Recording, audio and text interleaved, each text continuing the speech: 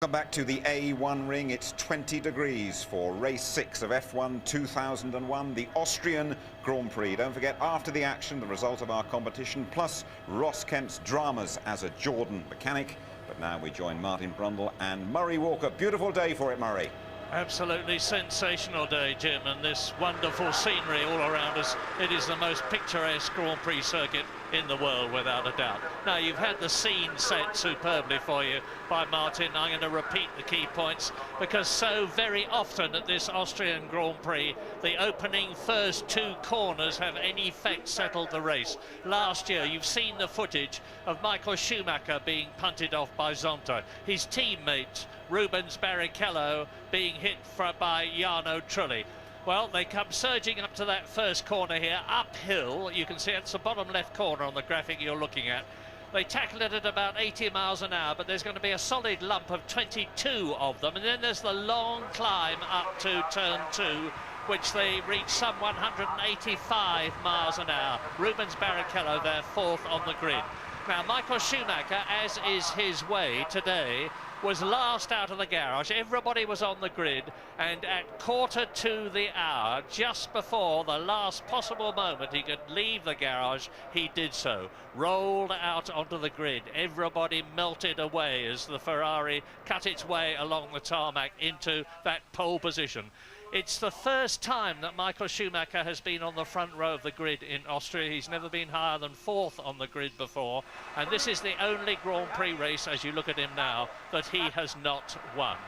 Is he going to do it today? Well, he's won in Australia, he's won in Malaysia, he's won, of course, in Spain.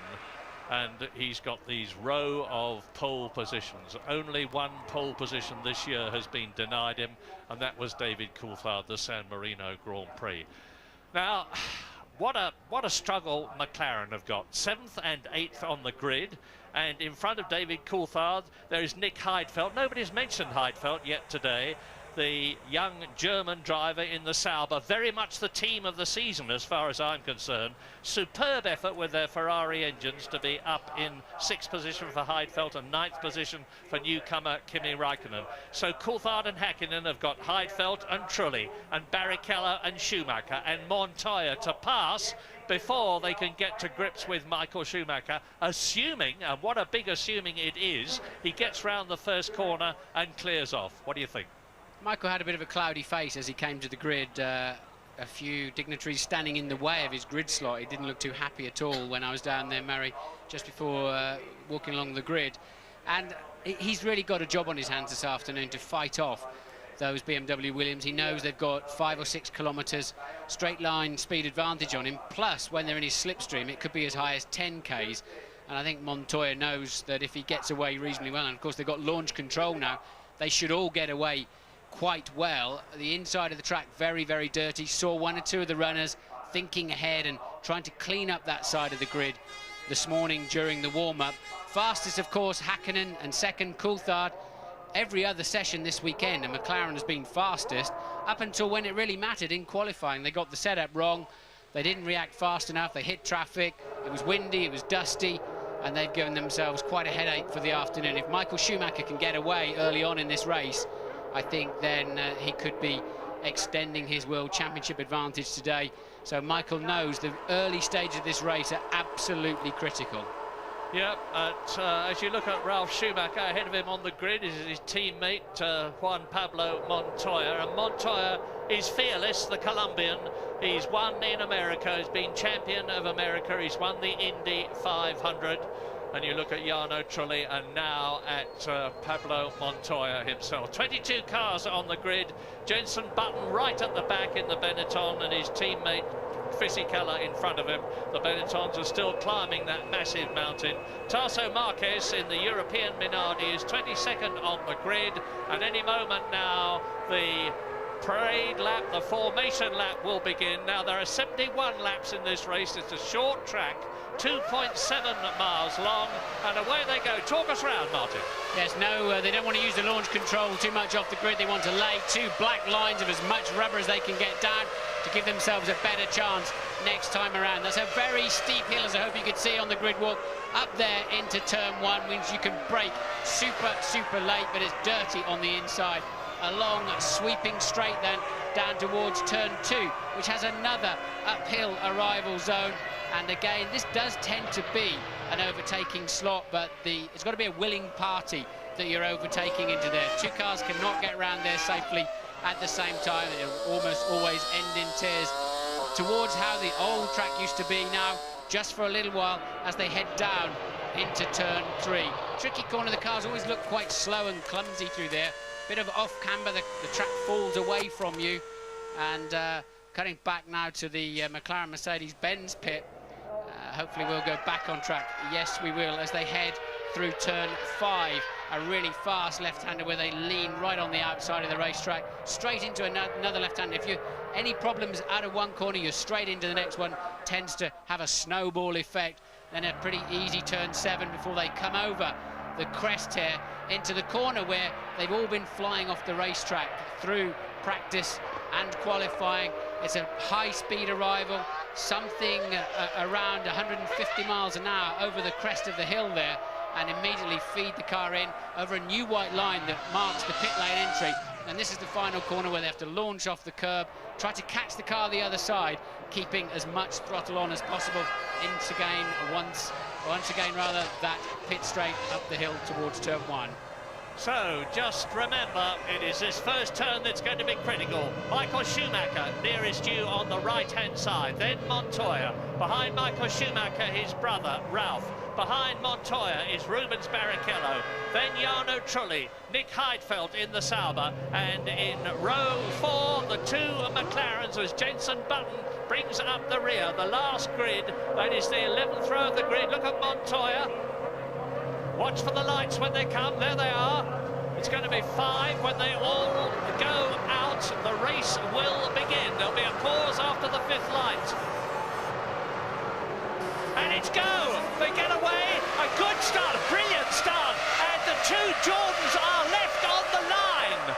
And up, and it's the 2 Williams in the lead already. Montoya leads, and Ralf Schumacher is in 2nd place. Michael Schumacher down to 3rd position, and look at that. Hakkinen 2, so we've got a Sauber, a Jordan, and McLaren. There's another car also on the grid, so launch controls are still not sorted out. We've got a Williams 1-2, a Ferrari 3-4, Coulthard then.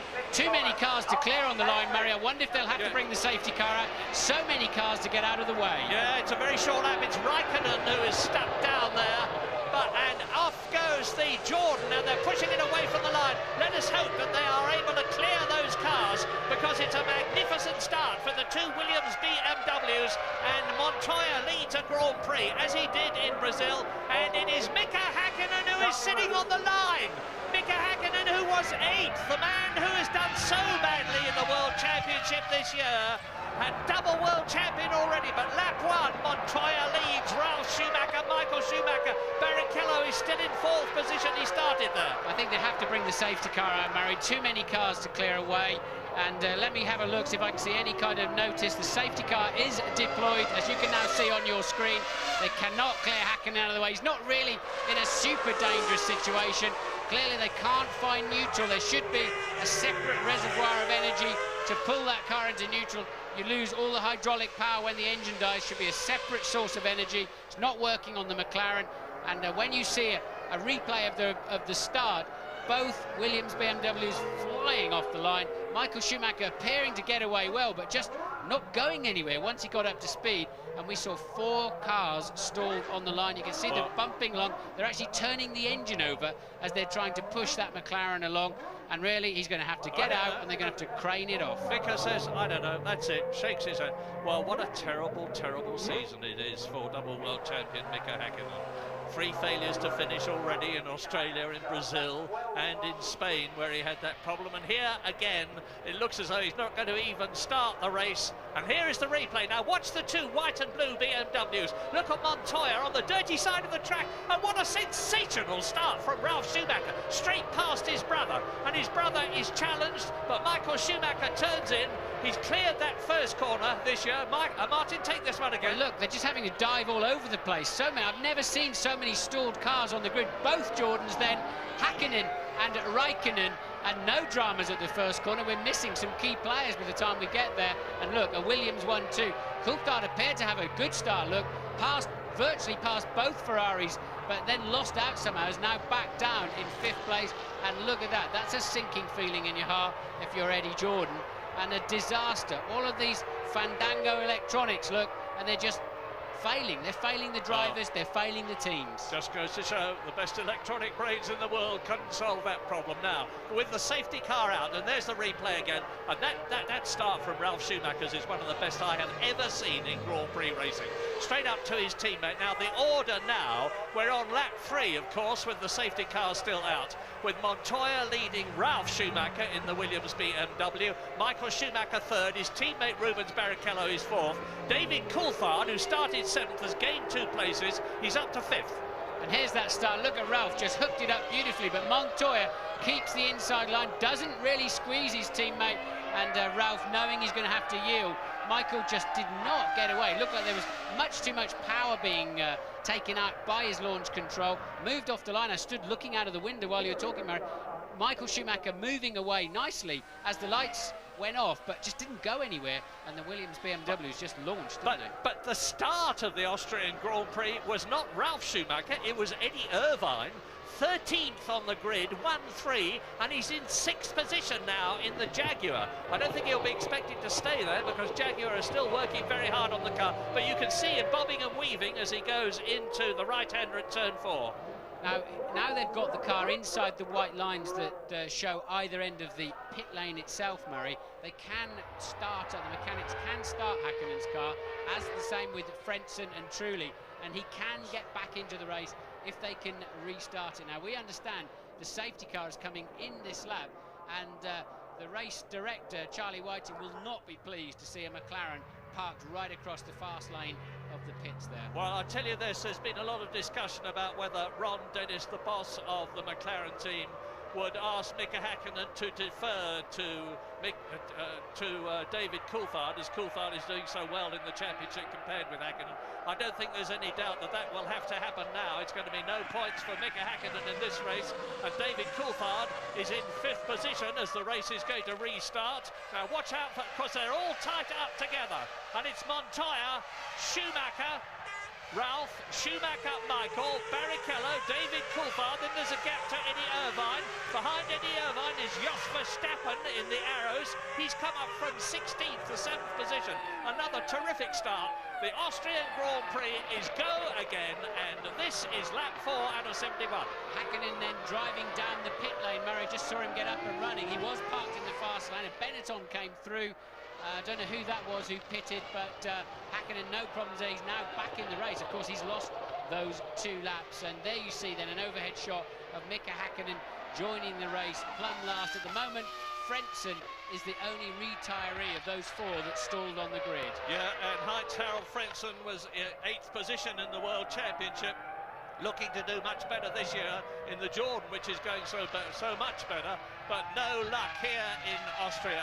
And it's still close up at the front between Coulthard and Montoya, just 2 seconds when this lap started, shaking his head, sitting in the Jordan in the garage, Heinz-Harald Frentzen from Mönchengladbach, who's 3 times a Grand Prix winner.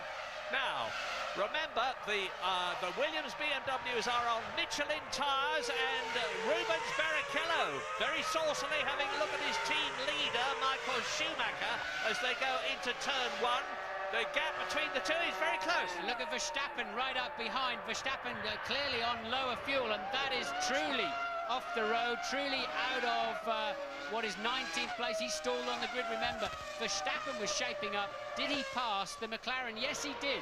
Verstappen then up into 5th place, having passed Coulthard, who appears to be very slow at this stage of the race. Now, that arrows with the Asia Tech engine is blindingly quick in a straight line, and that's what happened to Trulli.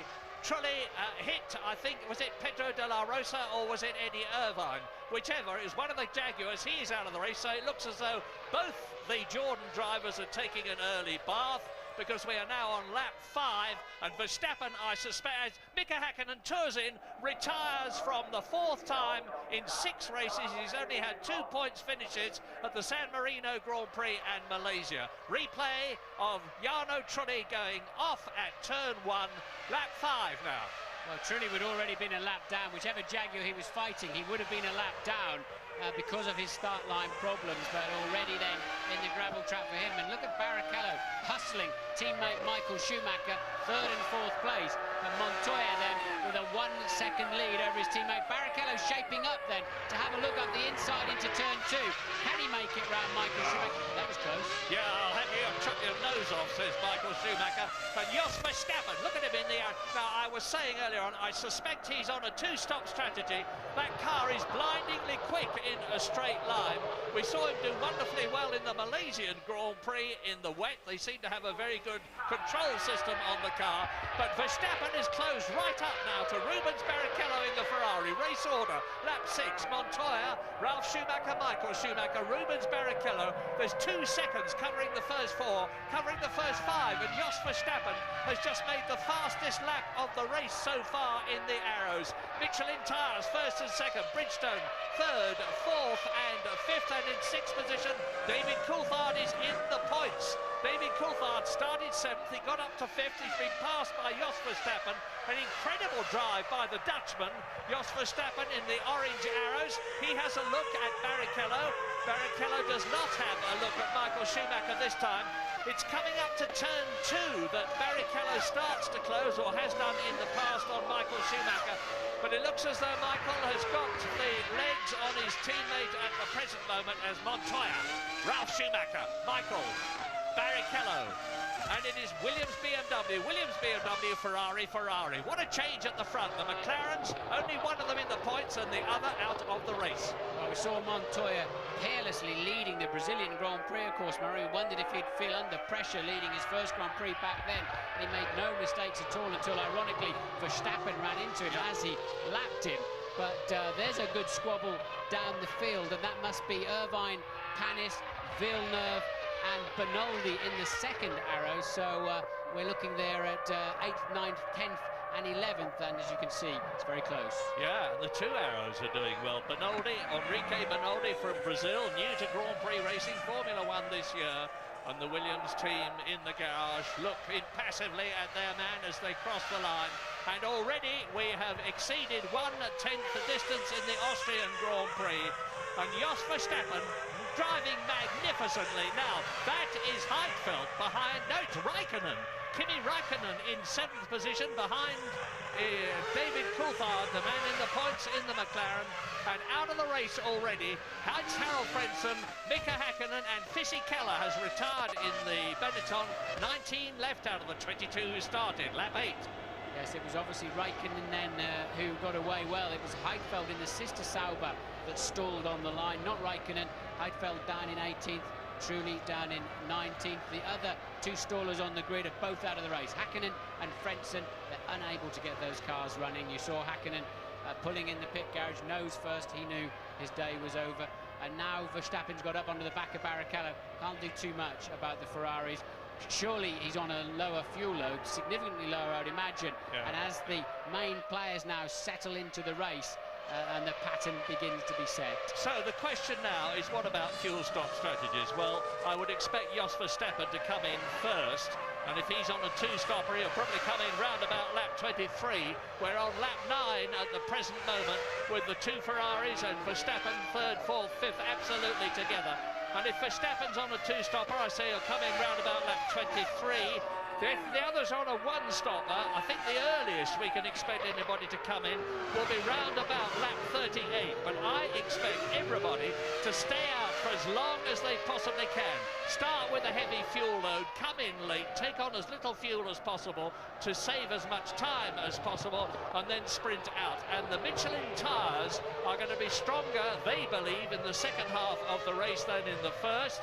The Bridgestones are very stable throughout the race, and it's Michelin leading, Michelin second, and then the Bridgestone runners, the two Ferraris, and Jos Verstappen. And look how tight it is around the circuit. Now, I am surprised, Martin, that Michael Schumacher is not doing better than this. He got pole position absolutely magnificently. You think he's playing some sort of a waiting game? Doesn't look like it. I suspect he's quite fat on fuel, to be honest, Murray, and I'm sure Coulthard is having had a poor grid slot. I'm sure both McLarens were on low fuel, but Montoya leads from Schumacher, Ralph, Michael Schumacher third, and that was Bernoldi passing Eddie Irvine there. So Bernoldi making his way through the field, Barrichello fourth, Verstappen fifth, Coulthard in sixth. We'll be back shortly. Hoor, Villeneuve in de ronde. Je kon aanzien komen dat hij daar geen ruimte had om in te halen. En dan is Irvine er weer voorbij. En dan komen ook de heren van Prost voorbij zeilen. Was trouwens Booty die hem inhaalde. Ai, wie is dat? Is dat een van de Williams die daarnaast de baan raakte?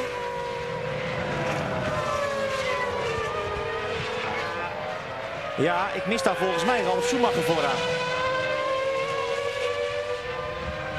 Dit is Michael Schumacher, maar waar is Ralf? Of heb ik mij lelijk vergist? Volgens mij was daar een Williams die even van de baan gleed. Dit is Coulthard. Dit is Räikkönen. Dit is Panis. Dit is Bernoldi. En daar inderdaad Ralf Schumacher met een probleem. Ralf Schumacher tergend langzaam op weg naar de pits.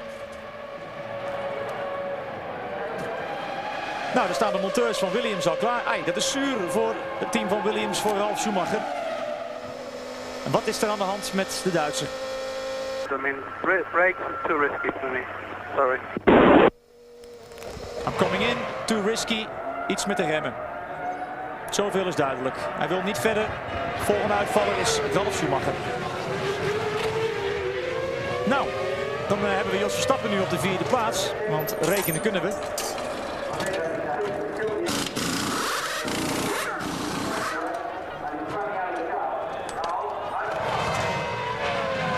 Jongen, wie had het kunnen denken? Jos Verstappen vertrok als 16e aan de Grote Prijs van Oostenrijk. We hebben 10 ronden geleden en hij ligt op de vierde plaats.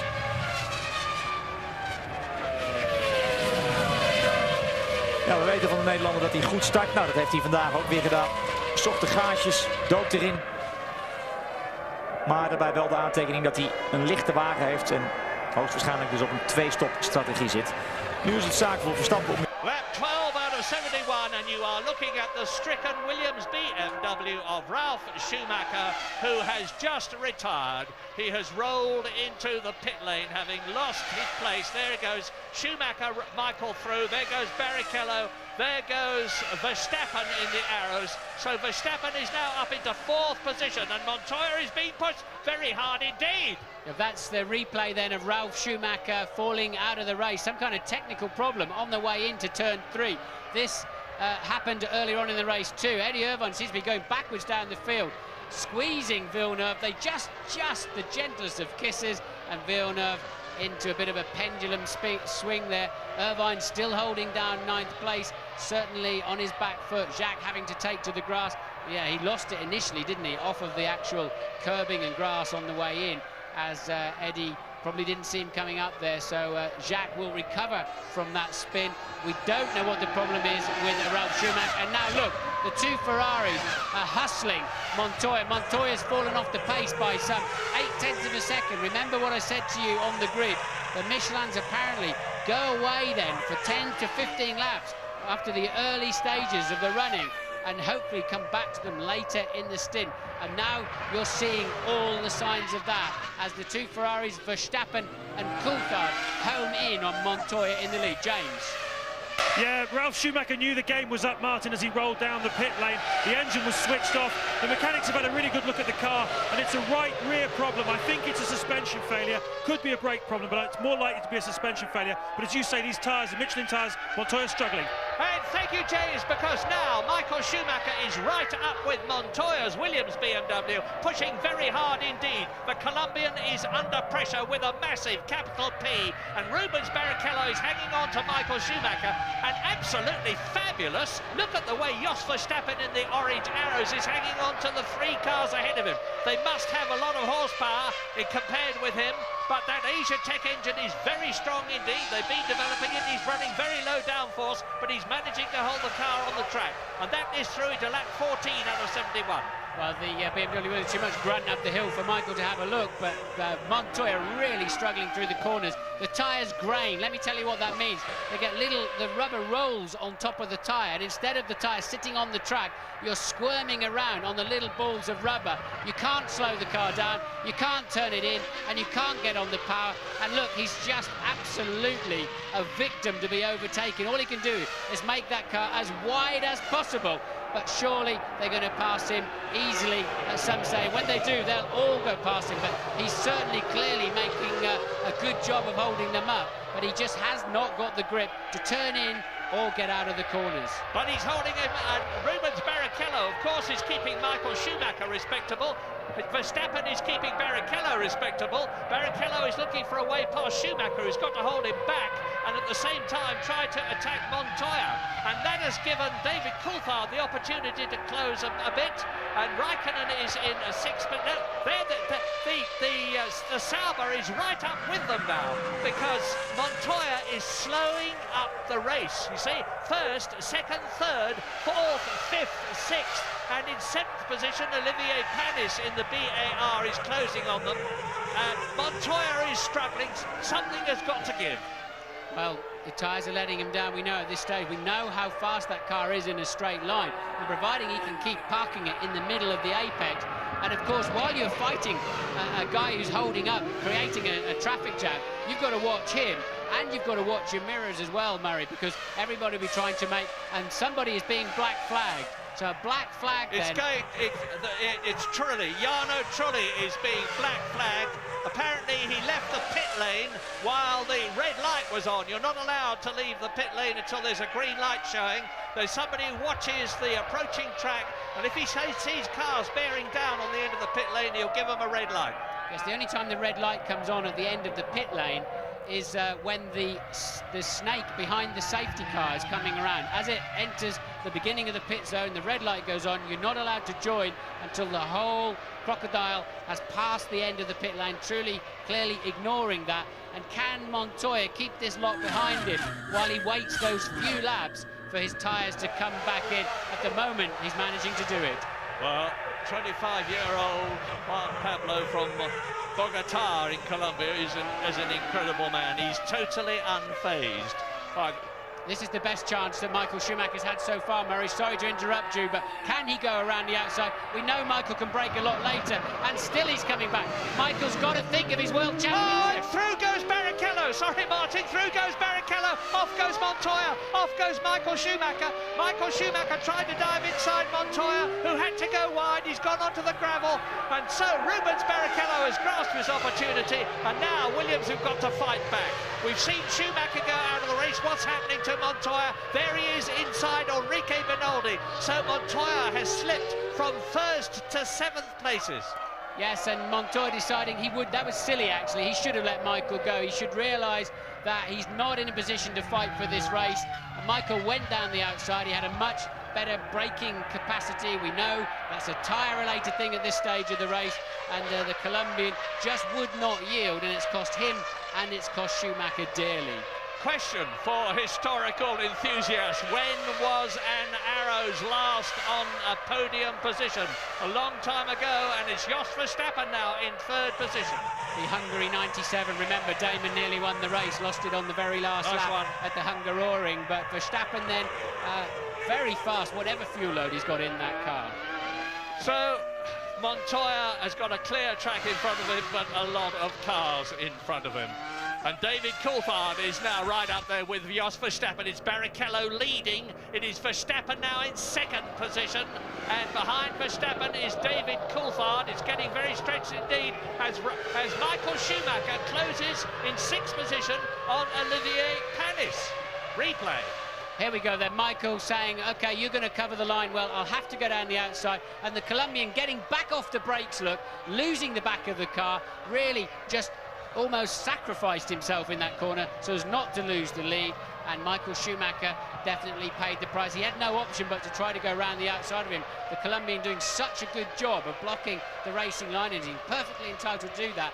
But as he got off the brake pedal, he left himself way too little space to slow the car down. Luckily for Michael, he didn't stall in. And watch Montoya lose the back of the car, have to turn into the slide, and begins to take up the space that Michael thought he would go around. Michael then taking a few risks there, you have to say, to try and get around the outside of that Williams. Well, I don't know if you've registered this, but this is a quite incredible drive by Kimi Raikkonen as Enrique Benaldi in the arrows comes in. He's obviously going to retire.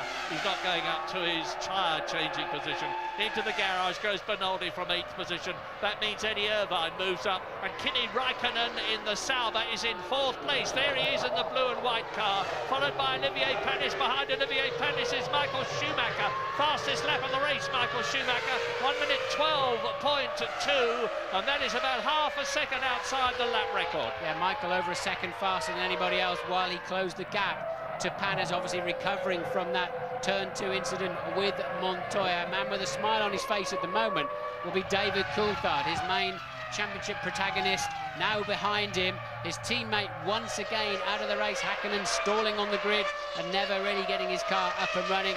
He must surely know that Verstappen in 2nd place will be stopping earlier than he does for fuel. So Coulthard feeling pretty happy with life. The only problem he's got is that Michael Schumacher is still very much in this race, albeit 6th place right now. Lap 19 then out of 71. You see in front of you the top 7, but here they are again. Rubens Barrichello leading the Austrian Grand Prix from Jos Verstappen by 6/10 of a second. David Coulthard, who started 7th, is now 3rd. Kimi Raikkonen, who started 9th, is now 4th. Olivier Panis in the BAR 5th. Michael Schumacher, who slipped off, is now up into 6th position and challenging. Montoya, who was leading, is in 7th place. 8th is Eddie Irvine. 9th is Villeneuve.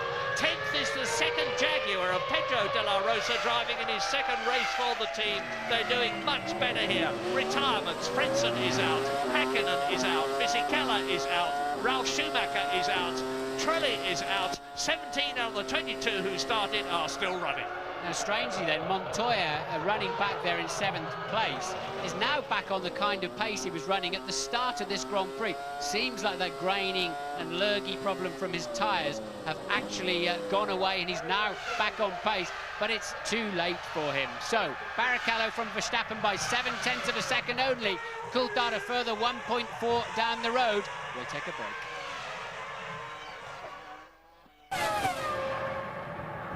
België en Hongarije, dat waren de 2 grote prijzen toen waar die de 3e plaats haalden. Vorig jaar eentje 5e in Canada Verstappen en eentje 4e in Italië. Niet op het podium, wie weet vandaag. Maar we weten dus van de Nederlander dat hij weinig benzine aan boord heeft en dat hij in ieder geval 1 extra stop gaat maken. Schumacher achter de wagen van Olivier Panis.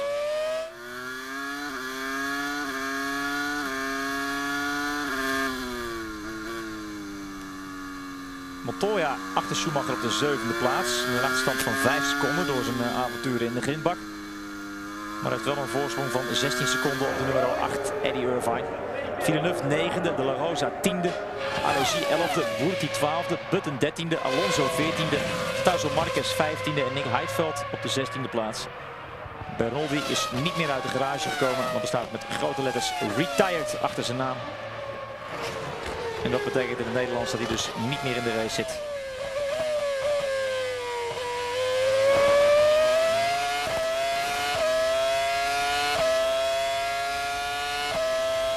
Ja, 20 ronden van de 71 gehad. Als ik alle hoogtepunten nu al zou moeten opsommen, dan ben ik een half uur bezig, denk ik. Dus dat doe ik dan ook maar even niet. En daar een aanval van Michael Schumacher. Oh, dit is het moment, sorry. Wel op blijven letten. Ja, Montoya mist volledig het rempunt. Schumacher is dan wel zo handig om maar heel hard op het rempedaal te drukken. In ieder geval de grindbak vermijdend.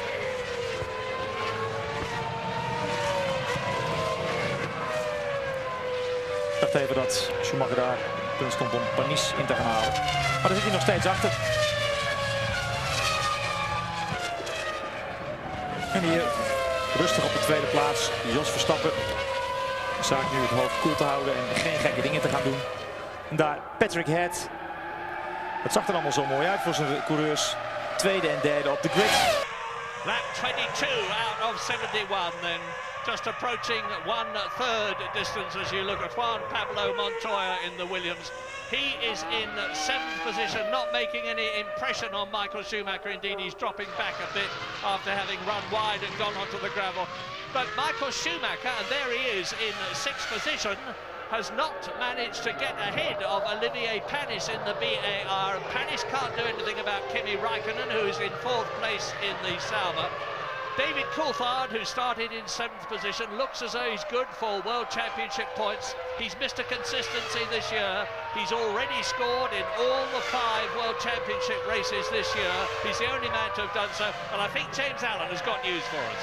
Yeah, just trying to work out what the strategies everyone is on. Rubens Barrichello, David Coulthard, Kimi Raikkonen, Olivier Panis and Michael Schumacher, I reckon, are on quite a lot of fuel. They can go perhaps as long as lap 44, 45, 46 if necessary. Verstappen, we've said, is lighter on fuel. I believe Montoya probably is as well. So that means that Raikkonen is looking very good here. But the guy to focus on for me is David Coulthard. I do believe that with a bit of patience, and the McLaren, who have a fantastic pit stop record, they can actually win this race here today if Coulthard is a little bit lucky. Yeah, and at the moment, Michael Schumacher's on 1 World Championship point, and David Coulthard is on 4 World Championship points for 3rd position. So he's closing the gap by some 3 points, and he's 8 points behind Michael Schumacher in the championship at the present moment. But there's a long, long way to go in this race. David Coulthard, there he is, supremely fit. And the McLaren team were obviously stung to the quick by their failure to do well in qualifying yesterday. And that is the Arrows team. Well, only 1 Arrows left in the race, so bad news then for Verstappen. He's going so well.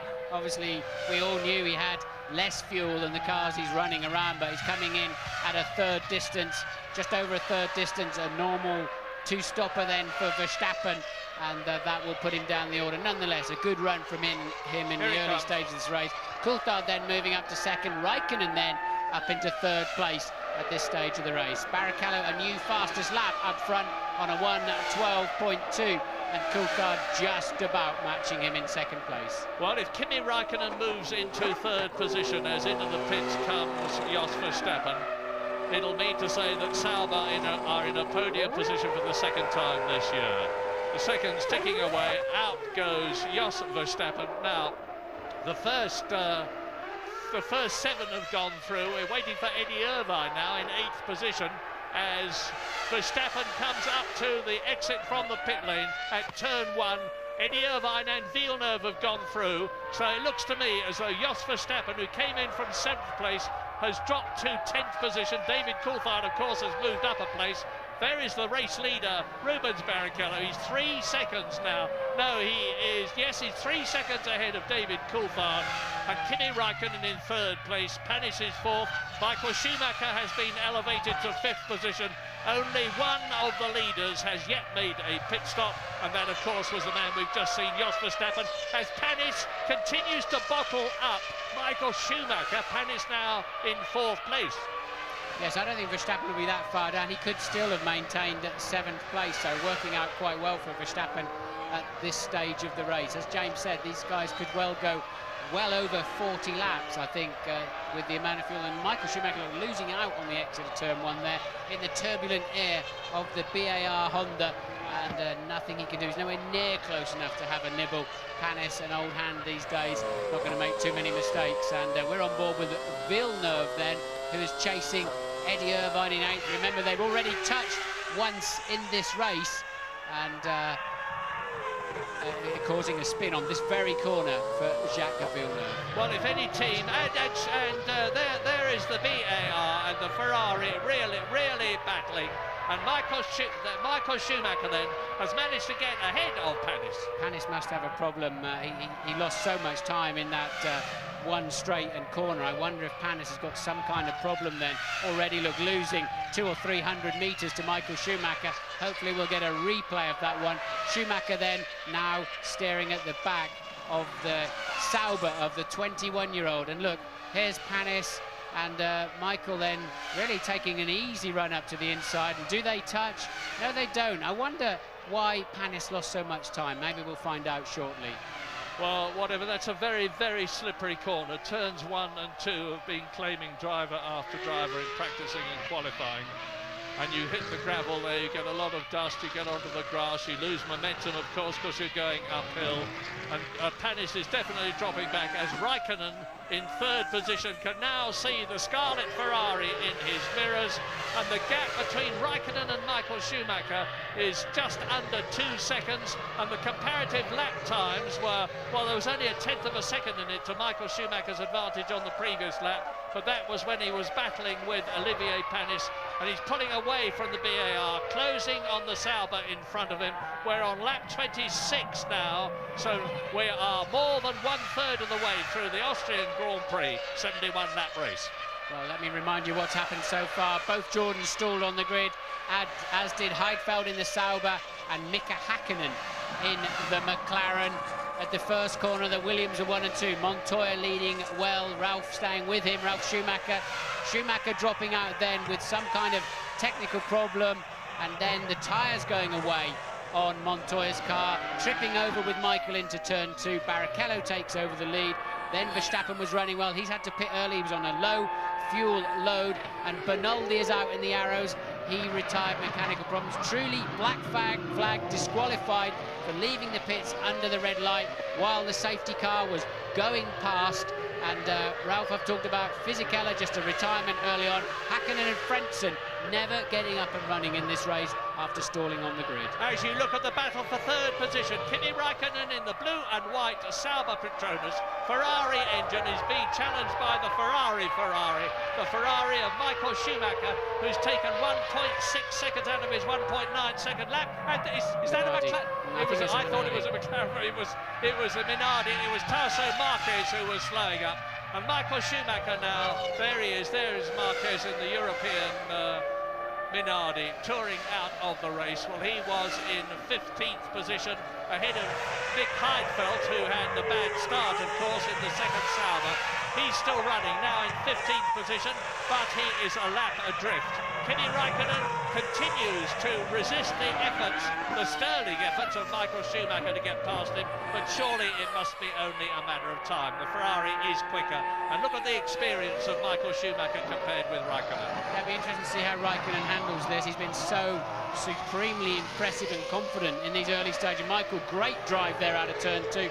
Surely just in the sweet spot for a good toe all the way down. We know the works Ferrari engine must have more power than the customer Ferrari engine, and there you see it clearly for yourselves. Back into the podium position, Michael Schumacher, who slid off at turn 2 in that confrontation with Juan Pablo Montoya, who is now in the points, incidentally. Montoya, with Verstappen having come into the pits, is now in 6th position.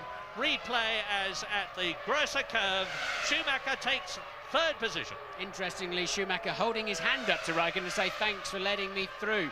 I think it's really thanks for being mature and sensible about this. I don't think Raikkonen was making it too easy for Michael Schumacher. Michael feeling the need to thank him. And there's Michael lining up. Must have been a replay earlier in the race as he was lining up to pass Panis. Probably getting on for another 20 laps before the leaders come in for their sole pit stop. But the top 6 on lap 29 out of 71. Rubens Barrichello 2.3 seconds ahead of David Coulthard, who is 4 seconds ahead of Michael Schumacher, who is just past Kimi Raikkonen, who is 4th. 5th is Olivier Panis in the BAR. 6th is Montoya, the previous race leader. We are leaving Spielberg, but come back to us soon now. Is nog op de baan. En hier het moment dat Rubens Barrichello Jensen Button op een ronde zet. Dat moet toch een hard gelach zijn voor die jonge Engelsman. Vorig jaar nog rijdend voor het team van Frank Williams. Sterk debuutseizoen, Jensen Button. Uiteindelijk werd hij 8e in het wereldkampioenschap met 12 punten. Er een paar goede races bij zitten. 1 keer 4e, 4 keer 5e en een keertje 6e. Ja, nu rijdt hij in de Benetton. Dat is dit jaar geen geweldige wagen. Muti gaat aan de kant voor zijn landgenoot Barrichello. Muti tegenwoordig rijdend voor het team van Prost. Ligt op de 12e plaats. En ook daar is Barrichello nu voorbij. Dat betekent nog 11 wagens in dezelfde ronde. De volgende man die Barrichello moet gaan dubbelen, zag je daardoor in beeld glijden. De groene Jaguar van Pedro de la Rosa.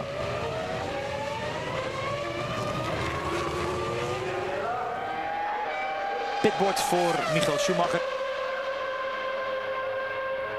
Verschil met Coulthard. Je ziet het 3,8 seconden. Draagt hij zo meteen door. Inmiddels heeft Juan Pablo Montoya weer zijn oude tempo teruggevonden.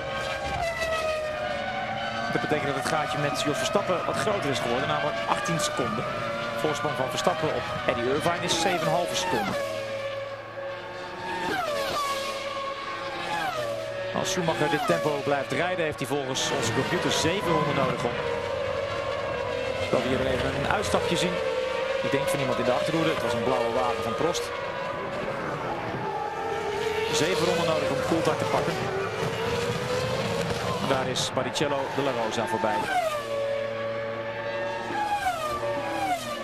Hier de onderlinge verschillen van de top 6.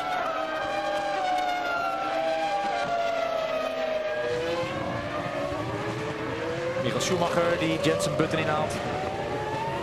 Alsof hij stilstaat. Daar de uitvallers. De laatste was Tazo Marquez. Lap 31 out of 71 in Austria. None of the current top 6 have made a pit stop yet. Rubens Barrichello, David Coulthard is 2.5 seconds behind him. But Michael Schumacher in the Ferrari is now closing on the McLaren in second place. Michael Schumacher's previous lap was nearly a second faster than David Coulthard. Kimi Raikkonen has been, and there you see David Coulthard. He's coming up to Pedro de la Rosa in the Jaguar to lap it. Yeah, Coulthard's had 2 very bad laps in traffic, and look how close Michael Schumacher is. And Schumacher is on that lap 1.4 seconds faster than either Barrichello in first place or Coulthard in second place. A storming drive now from Michael Schumacher. He still easily has the ability to win this race. Well, let's just remind ourselves about Mika Häkkinen, who was in 10th place in the World Championship with just 4 World Championship points when he started this race, the double World Champion. He has failed again. His car failed to get going. It was his 4th retirement from 6 races.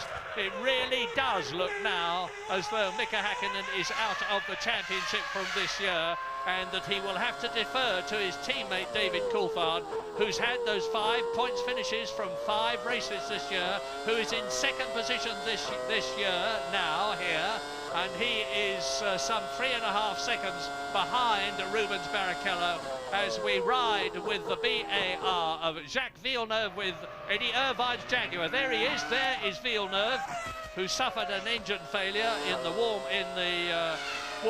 half-hour warm-up this morning. Changed cars, and he's out in the spare car now as Barrichello turns into turn 1. Now the climb up to turn 2 as he builds to 185 miles an hour. Down through the box into second gear from 7th to 40 miles an hour on the apex. Stop it sliding. Just nip over the curbing there. Keep your left wheels off the grass. Down to turn 3, the Gerser curve. Second gear, 55 miles an hour.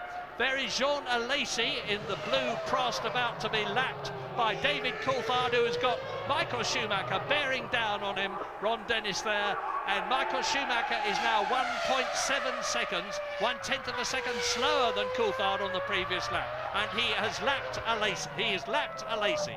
And does Michael Schumacher get held up? Yes, he does, slightly behind Alesi. Alesi now yielding, but cost Schumacher there just a little bit, and Coulthard now with a bit of breathing space in front of him has fallen to 3.8 seconds behind. The traffic has not played into his hands at all, and both Ferraris gaining. Coulthard now very much the meat in a Ferrari sandwich. Yeah, we ought to be seeing some pretty quick laps soon because the fuel load is dropping all the time. Of course, the best lap we've had so far was Michael Schumacher, 1 minute 11.6, which is actually a new lap record. David Coulthard created the lap record last year, 1 minute 11.78. So Michael Schumacher has already broken the lap record. His fuel load is dropping. The weight of the car is going down. David Coulthard, Michael Schumacher, and the gap just over 1.5 seconds. But Michael Schumacher is going faster on this lap than he's been before. It's exactly as I was just saying. As the fuel load goes down, he goes faster. He's just gone through the first of the 3 sectors on this circuit, faster than anybody. But what a battle is developing behind him, because we've now got lapped cars, and it's happening all the way down the field as Raikkonen and Panis and the others close up on them. Yes, the big fight then is Montoya you're now looking at, closing in on Panis. 5th, Panis 6th. Montoya, remember, he fell back to 7th when he had the near coming together with Michael Schumacher into turn 2. And there's clear air at the front. Now we're going to see who's got the pace. Villeneuve then passing, and Montoya, I think that must be Eddie Irvine with some kind of problem. Louise. And sadly with Mika Häkkinen, Mika, the 2nd race in a row we've seen the McLaren fail to get away off the line cleanly. Presumably it's your electronics yet again? We simply don't know. We simply don't know. The team will investigate tonight and also tomorrow whole day to understand what has happened, and we don't know, was it my mistake or was it the technical failure in the car? It's very complicated to see that. So many races into the championship now, so few points on the scoreboard. Is this the end of your championship hopes? Well, it doesn't look too promising, does it? Thanks, Mika. Oh, bless him, he's a lovely bloke, very phlegmatic about it, because Mika Häkkinen, as I said earlier on, had only got 4 World Championship points compared with Michael's 36 when the race started. He's got no World Championship points from this race. Michael Schumacher, if he finishes, is going to get at least 4, I think. And he's continuing to challenge David Coulthard. But now the interest is developing with the Bridgestone and the Michelin tyres. The top Michelin driver is Montoya, with Ralf Schumacher, his Williams teammate, out of the race, and Montoya is 6th. New fastest lap then of a 1:11.1 for Michael Schumacher. As I said, clear air at the front.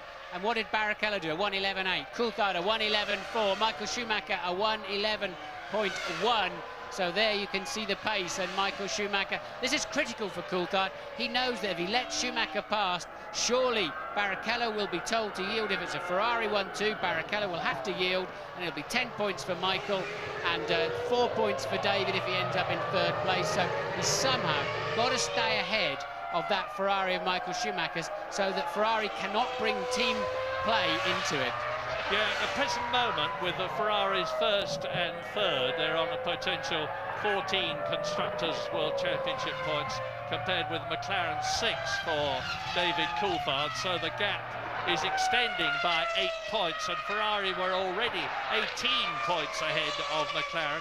Ferrari, who won the Constructors' Championship in 1999, but lost the Drivers' Championship, and then they won it again last year, of course, so they're looking for a hat-trick to prove that they really, really, really are back at the top of Formula One, as historically they have been in the past, but they've had major gaps. Now, there is the Sauber diving out to take John Alesi, pursued by Montoya and Panis, there is Montoya. He is in 6th position, and you're looking now at the battle for 5th and 6th, Panis and Montoya. Yeah, strange. We saw Panis really fall away from the pace, didn't we? And Michael Schumacher passed him easily in a straight line. Whatever his glitch was, it's fine now. So Raikkonen 4th, 2.2 seconds ahead. Then you can see Raikkonen at the front. That is a lapped Prost, and Panis coming under pressure. Montoya not close enough up there into turn 3, and they are just 0.4 of a second apart last time past the pits, and it's even less now. So a good scrap there. But look at Raikkonen up there in 4th place, and he clearly is not on a light fuel load. They're 37th. This is the 37th lap of the race. And the Jaguar team mechanics coming out into the pit lane. I would guess it's for Eddie Irvine, who is in 8th position. There's quite a gap between him and Jos Verstappen. He's got Jacques Villeneuve right behind him, and Montoya is continuing to press. Now look at the gap between Raikkonen. There is Alesi about to be lapped. And Panis running wide in the last turn. Montoya then just easily breezing up the inside, and Panis will not get back as they head up into 1. So Montoya takes over 6th place. And Michael Schumacher is continuing to fly. He's now less than a second behind David Coulthard. Replay, Alesi in the blue car. Montoya dives inside. Panis's BAR gains the place. He's up into 5th position with Raikkonen, Schumacher, Coulthard and Barrichello ahead of him. We're looking at Rubens Barrichello, the man who won the German Grand Prix last year for Ferrari. His sole win for the Maranello team. Eddie, and the Jaguar exits the pit lane. Della Rosa it was then that Jaguar were waiting for, so from 13th place Della Rosa came in for a pit stop. He's been lapped already. Everybody up to Jacques Villeneuve in 9th place has been lapped at this stage of the race, and it's really a head-to-head between Coulthard. It's 11.6 for Barrichello and 11.3 for Coulthard and 11.288, just 0.8 of a second behind then for Michael Schumacher. Not much to choose. So who is behind Schumacher that you're looking at now? Well, Raikkonen is 4th, Montoya is 5th, Panis is in 6th. Those are the points position. Jos Verstappen, who was going so well in 2nd place, is still close to the points. He's 7th position in the arrows, having made 1 pit stop, the highest runner to have stopped. Eddie Irvine is still out there, 8th position. Jacques Villeneuve just behind him is 9th. Jean Alesi, who you've just seen lapped by the 3 leaders, is 10th. And Jenson Button in the Benetton, by virtue of staying out, although he's been lapped, is higher than he's used to this year. He's in 11th position. And here in Austria last year, Jenson Button finished a fine 5th in his first Grand Prix year for the Williams team. Now, Button then in 11th place. Bertie in the Prost is 12th. Both the Prost are still running. Fernando Alonso in the European Minardi is in 13th place, ahead of a lapped Nick Heidfeld and Pedro de la Rosa, who has just been in the Jaguar. As the Ferrari, the McLaren and the 2nd Ferrari complete their 39th lap. We're now into the last third of the race. So Coulthard then once again a fraction slower than Michael Schumacher. The gap remains at 0.8, and they're both homing in on Barrichello. Barrichello now just 2 seconds in the lead as he negotiates the small uphill apex of turn 2 and a Minardi cruising, and that clearly must be Alonso because Marquez out of the race earlier on. Well, fine drive by Alonso, the very lowly funded Minardi team compared with the top constructors of Ferrari, Williams, Jordan, McLaren, Benetton, of course. And now look at this battle, here it is. On your right, in the black and silver car, David Coulthard, 2nd in the World Championship. And the man who leads him in the World Championship is now big in his mirrors. It is Michael Schumacher. Not much in it, but Michael Schumacher is on the quickest lap of the race at the present moment. He's gone through both the 1st and 2nd sectors faster than anybody else has been this afternoon. The temperature, by the way, is creeping up. It started at 28 degrees, the track temperature. It's now 33, but still, Michael Schumacher goes across the line as we ride with Heidfeld. Now, Heidfeld in the Sauber. Let's Martin, talk us through from the driver's point of view. He's heading down into turn 3, and there's locking brakes there because it's a downhill slope and you have to start turning in. You unload the right front as you turn in. So easy to snatch a brake, and it's a question of balancing the car through here and looking for that curb on the outside, getting on the power as soon as you're confident and before you can see the curb. And a long left-hander. This is turn 7, which is an absolute nothing for a Formula 1 car, and we head to a very exciting Minardi pit stop. And a very exciting Juan Pablo Montoya is closing on Kimi Raikkonen. He's about to make the fastest lap of the race, the Colombian in the Williams BMW with its Michelin tyres. Out goes Jenson Button in the Benetton, and Montoya is just about 1.5 seconds now behind Kimi Raikkonen as there is Barrichello. Now look how close it is. Barrichello, then Coulthard, then Michael Schumacher, then we're going to see Raikkonen, but there's about a 12-second gap between Schumacher, Michael and Raikkonen from Finland. But Montoya is closing fast on the Sauber. Right, Coulthard took 9/10 out of Barrichello on that lap, and in his fastest lap of the race, he's responded to the Scarlet Ferrari filling his mirrors, and now look, it's much more even Stevens. 1.1 behind Barrichello, 0.8 ahead of Michael, and clearly Coulthard's got his work cut out this afternoon. He's going to feel pretty bruised, I think, time he's had to fight both these Ferraris off. James, what can you tell us? It's the crucial phase of the race here, Martin. We're building up towards the pit stops now.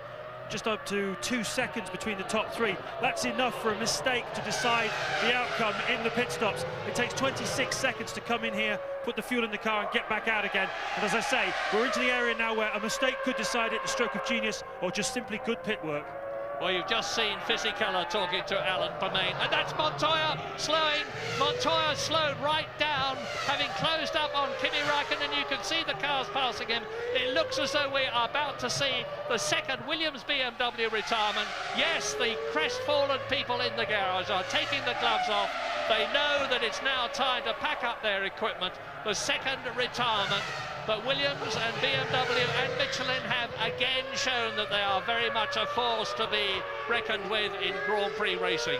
They're still developing the car, they're still developing the tyres. They've done a fabulous job, but the Austrian Grand Prix is over for them, and that means to say that Panis will now be in 5th position, and Jos Verstappen, the gallant Jos Verstappen, who made that early pit stop in the Arrows, having been in 2nd position, is back in the points.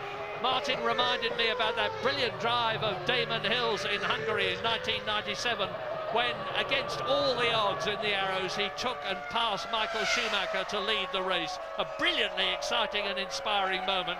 Well, Jos Verstappen is doing a sterling job at the present moment too. Oh, steady on. He's just coasting it downhill. That's Juan Pablo Montoya. He's getting it away from the track, very sensible indeed, into a position of safety where there's no danger of it being helped, as Barrichello, Coulthard, Michael Schumacher, the gap between them in total 2 seconds on lap 43 out of 71. Over the line they go to complete the lap into their 44th lap. So Michael, the quickest one that time around, the gap down to just 0.6 of a second now, and back on board with Heidfeld, your current 12th place man. Remember, he stalled on the grid, and that's why he's already a lap down in this race. Took him a long time to get those 4 cars running. Safety car out initially. Heidfeld really struggling to keep the back end of that car under control as he is chasing there. That is Villeneuve, so quite why he's chasing this, because he's a lap behind. Yeah, so lap 44, both the Ferraris very much in the hunt. Only one of the McLarens with Häkkinen out. Both the Saubers are still running with Räikkönen very much in the points. Both the BARs are running with Panis in the points. Only one of the Arrows, that of Jos Verstappen, is running. Both the Jaguars, Eddie Irvine is in 7th place, and Pedro de la Rosa is still running. There's the Ferrari men coming out into the pit lane. This is going to be the first pit stop for one of the top 3 contestants, Barrichello and Schumacher, and there is the Michael Schumacher, 3rd position, and Barrichello stays out as he comes up behind the Jaguar. Yes, and he's going to get a clean run up the inside, so that works out well for Barrichello. He'll lose a bit of time having to turn in early, but can Coulthard and David and Michael Schumacher clear the Jaguar before turn 2? Any little tiny piece of traffic, and there's a bit of gamesmanship, isn't it? They've gone back in again. Any tiny piece of traffic, look, and it has delayed them slightly, is absolutely critical at this stage. As James said, the pit stop will be critical, and the in and out laps will be equally as critical. Panis in from 5th position. The gap between him and Verstappen was 22 seconds. The gap between him and Räikkönen ahead of him was 11 seconds. And so there is Jean Alesi coming in the Prost from 9th position, as out goes the BAR of Olivier Panis. Looks like a good stop, that. 5th position. He may well have retained the... No, I don't think so. I think that Verstappen's probably got through, but Verstappen, of course, has got to make another stop, whereas Panis will not. And James, can you update us? Well, Murray, you called it a piece of gamesmanship. It's exactly what it was. The Ferrari mechanics coming out. McLaren guys looking ready to respond. It's like a chessboard. They know, these mechanics down here, they know that they could well decide the outcome of this race. It could swing any one of 3 ways. Fantastic atmosphere. I can't remember a race which would hinge just as this will hinge on the pit stop. Well, there is Panis back in the hunt in the Honda-powered BAR. Both the Jordans are out, of course. There's 4 Honda-powered cars, the 2 BARs and the 2 Jordans. A tremendous battle between them all the way through the season because they both want Honda patronage next year. And Jordan, I would have said, had got the best chance, but BAR are doing best here, and Ferrari are out again. And then we didn't see the last lap, but Barrichello lost a half a second to both Coulthard and Schumacher. There you can see they're much closer, and I don't think they're sandbagging this time. I believe one of the Ferraris will definitely be in the pits this time around. Which one will it be? Verstappen is in the pits for his second stop too. Will it be Barrichello? Will it be Michael Schumacher? There's 9/10 between the 3 of them. How far can Coulthard go on his fuel? And it's Schumacher. Schumacher in the pits. From 3rd position. Now it is up to Rubens Barrichello and David Coulthard to really get the hammer down now to try to improve their advantage as Michael Schumacher stops. If I was Ferrari, I'd be asking, James, can you tell us anything? Well, looking about 9.3 seconds would be an ideal stop, pretty quick. That was a really nice stop. He's in the game. He's really in the game here, guys. Yeah, remember they're 2/3 the way through the race, so they shouldn't be too long for fuel, James. But if I was Ferrari now, I'd be asking Barrichello to ease up on this next lap and try to hold Coulthard up if they want to bring championship leader Michael Schumacher into play. Yeah, it's a tough one for Paul Rubens, of course. He's supposed to have equal rating with Michael Schumacher, and you can see the Sauber there of Kimi Raikkonen, who was in 4th place. They got a left rear wheel problem. It's cost him, I would think, at least 10 seconds, that, and it will have prejudiced his chance to stay ahead of Olivier Panis as he exits the pit lane. Yeah, he was about 10 seconds ahead of Panis. We'll see where that shakes out, but Coulthard really needs to get on it. Coulthard's lost a half a second in the middle part of this lap, crucially, and I think I saw a bit of traffic in the background, so not a great lap then for Coulthard, just when he needs one. And the second Ferrari's in the pits, Murray. Barrichello straight in at the end of the next lap. And good moves there by Ferrari. And David Coulthard, who won the Brazilian Grand Prix and has been in the points at every other race this year, leads in Austria. But as I've said in the past, it's a false dawn because Rubens Barrichello has made his stop. Michael Schumacher has made his stop. We're on lap 48 out of 71, and David Coulthard has yet to come in. He's got to really, really hit it in this lap. Well, it's all down to the drivers then for the Ferrari team. No more pit stops. They can, of course, play the team tactics over the radio. But can McLaren now pull out some kind of supersonic pit stop? How far can David Coulthard go on his fuel load? There's Michael locking up a right front, I would imagine, into turn 3 on his outlap. Running a little bit wide, look. Yes, on the grass. Bad. If that's the outlap, it's a replay. We don't know exactly when it was, but not what Michael needed. And is David Coulthard coming in? No, he is not. David Coulthard, and in comes Jacques Villeneuve from 7th position in the VAR as Alesi goes through. Here is race leader David Coulthard, and he's just done the fastest lap of the race. He's really pushing it. 1 minute 10.8 under 1 minute 11.7. 1 minute 11 seconds, and that is an absolutely terrific race. Super fit David Coulthard.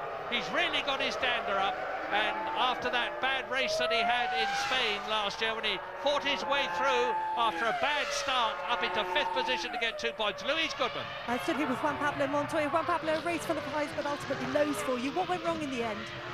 We lost hydraulic pressure and we lost the gears and throttle and everything. Got an alarm 2 corners before, and I knew that was going to be it. Tell me about that incident with Michael Schumacher.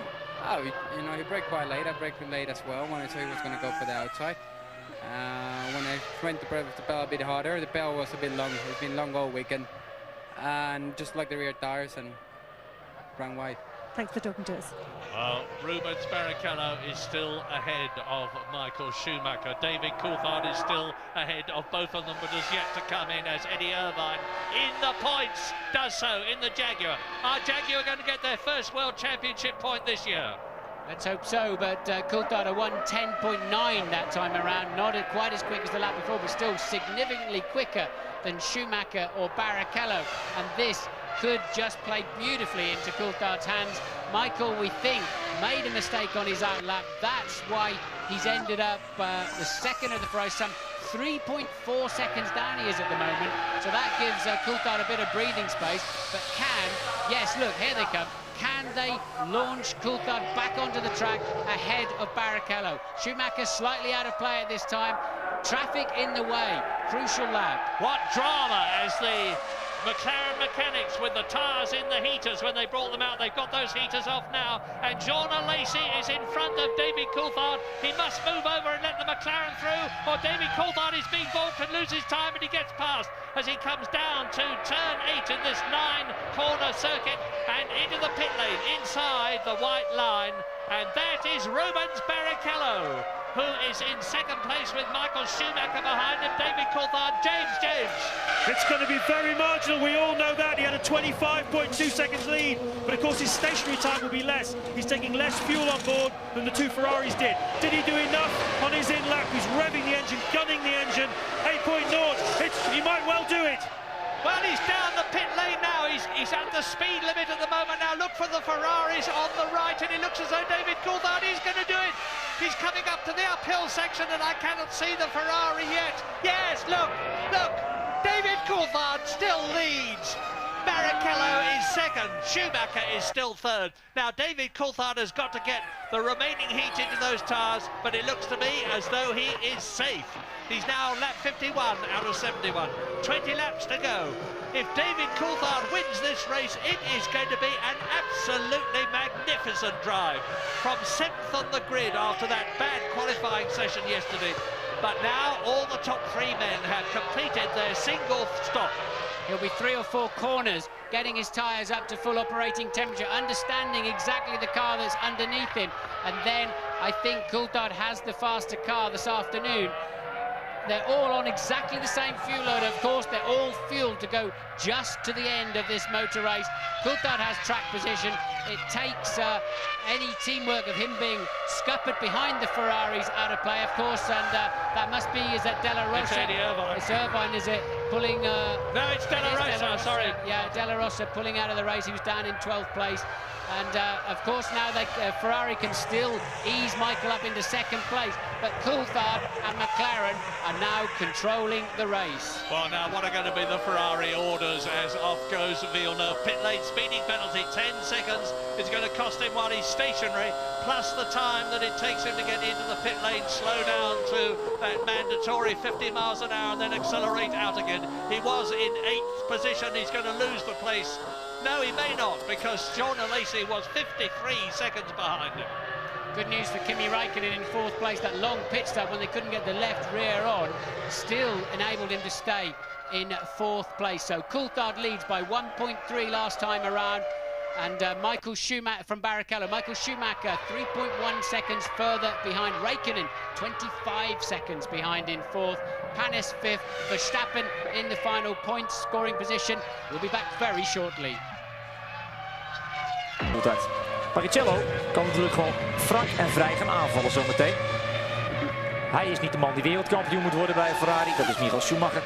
En wie weet kan hij in één moeite door, dus wellicht als het misgaat, Coulthard meesleuren in zijn val. Oei, Coulthard er eventjes naast de baan. Barrichello zal het zeker gaan proberen. Daar komt Villeneuve, stop en go. Misschien te hard gereden in de pits. Wie zal het zeggen?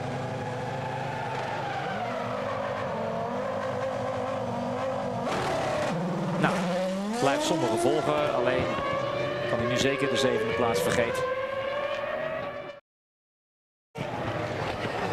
Man op de 8e plaats, Villeneuve dus binnen geweest voor een stop en go. En hier kijken we naar de koploper in de race. 2 gele puntjes. Dat betekent dus dat er ergens op de baan iets aan de hand is. De vraag is alleen waar. Kan natuurlijk de wagen van de La Rosa zijn die daar naast de baan staat. We zagen de La Rosa heel langzaam rijden. Die zal dan even in veiligheid gebracht moeten worden. Burti wordt hier geland. Gaat keurig aan de kant voor Coulthard. En Schumacher, of ik moet zeggen Barrichello, heeft daar nu even last van. Eerder in de race ging Burti keurig aan de kant voor Barrichello. Oh, Schumacher ging dat wel goed aan de achterkant. Of was dat slechts schijn? Ik had even het idee dat hij wat ver naar buiten ging. In die laatste bocht voor start en finish. Barrichello is er in ieder geval voorbij. Maar daar Schumacher. Is niet helemaal vlekkeloos door die bocht gekomen. Wat is wijsheid? Moet Barrichello gewoon maar Schumacher voor laten gaan? In dat geval verdient Schumacher 2 extra punten. Want de tweede plaats levert 6 punten op en de derde plaats 4 punten. Of moet Barrichello gaan proberen Coulthard aan te vallen? Het is nog vroeg in het seizoen, dus waarom niet?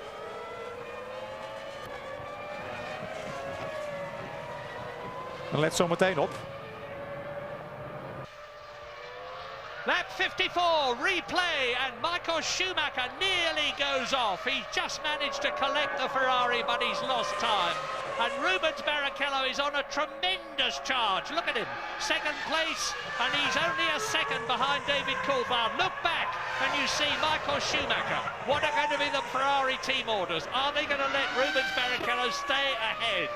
Well, Michael, we've now seen 2 mistakes from him in the last corner last time around, and also on the outlap that scuppered any chance he had of taking the lead. Remember, they were nose to tail virtually as they went in for the pit stop. But Coulthard has not got 10 points in his pocket at all yet.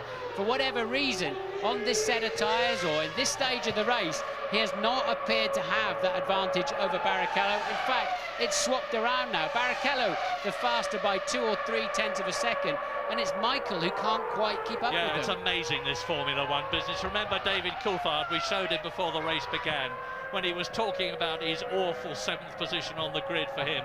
And he said, but never mind, you don't get points for where you go on the grid. You get points for where you finish in the race, and we could still win it. That is optimism and determination.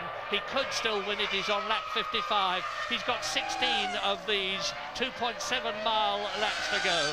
But Rubens Barrichello there in the Ferrari is trying for his 2nd Grand Prix victory. The first one that he had was at Hockenheim last year when he came from 18th on the grid to win the race in appalling weather conditions. I think the McLaren doesn't work as well with a fueler. Remember at the beginning of the race, Coulthard passed by Verstappen, struggling to hang on, yet set a new fastest lap and a new lap record just before his pit stops on very low fuel. And he'll be very relieved to find, and there he is running wide in turn 1 again. He'll be very relieved to find that he was actually a few hundreds faster last time around than his pursuer Rubens Barrichello. Michael Schumacher also now getting up to full racing speed. Yeah, you don't get points for the fastest lap. I think you ought to do personally, and one for pole position. That's my personal opinion. But David Coulthard nearly a second faster here today than he was last year when he put up the then record lap. And he's gone round in 1 minute 10.8, so that's 9/10 of a second quicker. Eddie Irvine there in the Jaguar, we just saw him in 7th position going over the crest. He's going to be caught and passed and lapped for the first time by David Coulthard shortly. And look at Barrichello. Now, the gap as they go across the line is still 9/10 of a second. Now, is Eddie Irvine going to move over and let the flying 2 first through? Well, he'll get the blue flags, and there's been a little bit of needle between Irvine and Coulthard recently. They've accused each other of blocking in qualifying, and David's felt Eddie did not let him through as easily as he might have done while he was lapping him in previous races. We'll see what happens this time around. But Barrichello and Michael Schumacher now was at 1:11, half a second quicker than Coulthard. Coulthard's got his work cut out. I think we're seeing a little bit here also of it's much easier to chase than be chased, especially on this racetrack. The fine line between loads of grip and the limit of the racetrack and a dusty trip through the gravel traps is absolutely tiny, and Coulthard then trying to keep it on the road, but those Ferraris are not going to let him have it easily. Right on, lap 57 now out of 71, 12 of the 22 starters left. David Coulthard, Rubens Barrichello, Michael Schumacher, you see them together in the same shot. Kimi Räikkönen is 4th, Olivier Panis is 5th, Jos Verstappen is 6th, Eddie Irvine still just out of the points, 7th position, yet to be lapped, he's about to be lapped. Villeneuve is 8th in the second BAR, Alesi is 9th, 30 is in 10th position, and now Barrichello is right with David Coulthard, and for the record, 11th is Button and 12th is Heidfeld. The rest have retired. Coulthard losing 8 tenths to Michael Schumacher and over half a second to Barrichello. He lost momentum in the last corner with the Jaguar in front of him. Barrichello having a clean run, and this is the net result. Coulthard needs to get the hammer down now. He needs to try to get himself a 1.5 seconds advantage. This next 5 laps is his opportunity to reassert himself in this race. At the moment, he's on the defensive. That's Raikkonen fourth. Michael Schumacher on the previous lap was faster than Barrichello, faster than Coulthard. The gap is down to 2.7 seconds between Coulthard leading, Michael Schumacher third position. Ferrari on 10 World Championship points, McLaren on 10 World Championship points, Coulthard on 10 World Championship points, and championship leader Michael Schumacher on 4 World Championship points. It could still all change. But Kimi Raikkonen there is looking good for another points position. He finished in 6th place this year in his first ever Grand Prix in Australia. He really is a man to watch, and the rumours are that Ferrari are after him. 1:11.5 that time around for Coulthard, and quicker than Barrichello. It's really toing and froing up the front. Coulthard leads by 0.9. Michael Schumacher further 3 seconds behind. We're going to take a very short break. We'll be back to see how the final stage of this race unfold. Via overwinningen van Niki Lauda in 84 met de McLaren Porsche. Daarna in 85 en 86 Alain Prost, ook met de McLaren Porsche. In 98 Hakkinen met de McLaren Mercedes en vorig jaar dus ook Mika Hakkinen. Let op, Schumacher. Gaat zo meteen even wilde gebaren maken naar Eddie Irvine.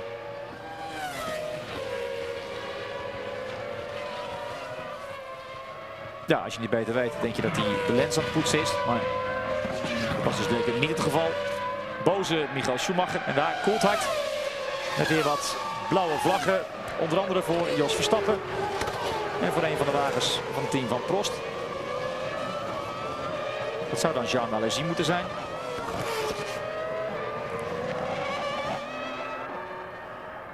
Die gaat netjes aan de kant. En wat doet Jos zo meteen? Jos nog altijd liggend op de 6e plaats. Een voorsprong. Nu een veilige 8 seconden op Eddie Irvine. Krijgt zo meteen de blauwe vlag. Wie weet kan hij zijn vriend Michael Schumacher nog een beetje helpen door iets langer dan toegestaan Coulthard af te houden. Daar is Jean Alesi en daarachter dan Michael Schumacher. Schumacher, wiens kansen om hier eindelijk eens te winnen in Oostenrijk niet zo groot meer zijn.